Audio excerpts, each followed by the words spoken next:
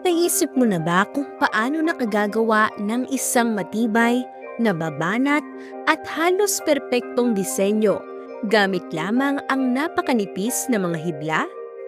Paano nagiging malagkit ito upang makahuli ng mga insekto, ngunit hindi nadidikit ang gumagawa nito?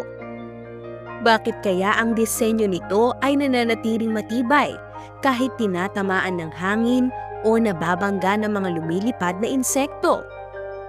At paano naging isa ito sa mga pinag-aaralang disenyo ng mga siyentipiko dahil sa kakaibang lakas at kaayusan nito? Ang mga tanong na ito ay nagbubukas ng kamanghamanghang kaalaman tungkol sa isa sa mga pinakanatatanging likha sa kalikasan. Ang mga gagamba o spiders ay mga maliliit na hayop na kabilang sa uri ng arachnids. Mayroon silang 8 paa at kilala sila sa kanilang kakayahang gumawa ng sapot o web.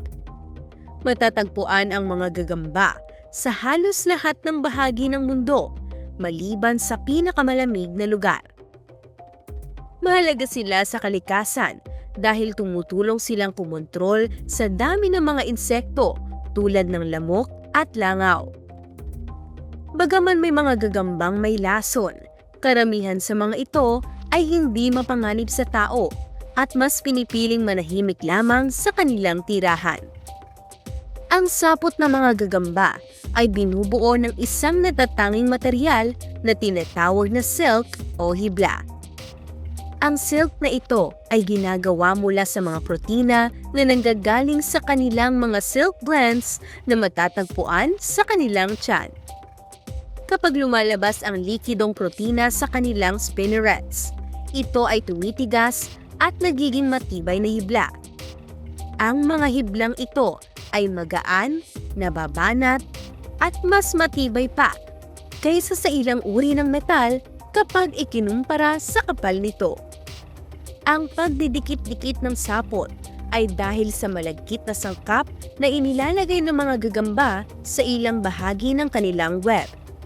Ang malagkit na ito ang nagiging dahilan kung bakit madaling mahuli ang mga insekto kapag sumasayad sa sapot. Hindi naman nadidikit ang mga gagamba sa sarili nilang web dahil may mga espesyal silang paa at may mga bahaging hindi malagkit na sila lamang ang nakaalam kung saan dapat tumapak.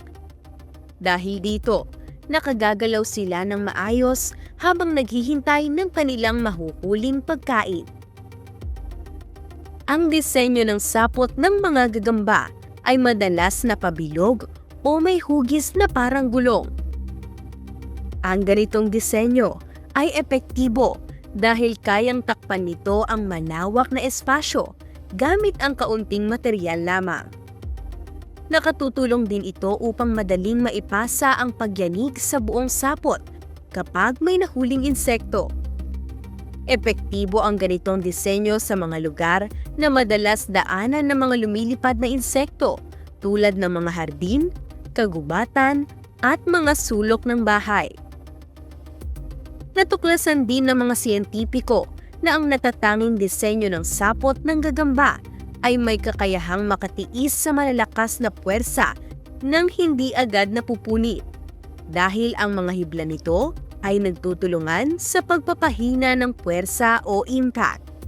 Dahil dito, pinag-aaralan ang disenyo ng sapot upang magamit sa paggawa ng mas matitibay na materyales tulad ng mga proteksyon sa katawan at mga kagamitang pang-inhinyeriya.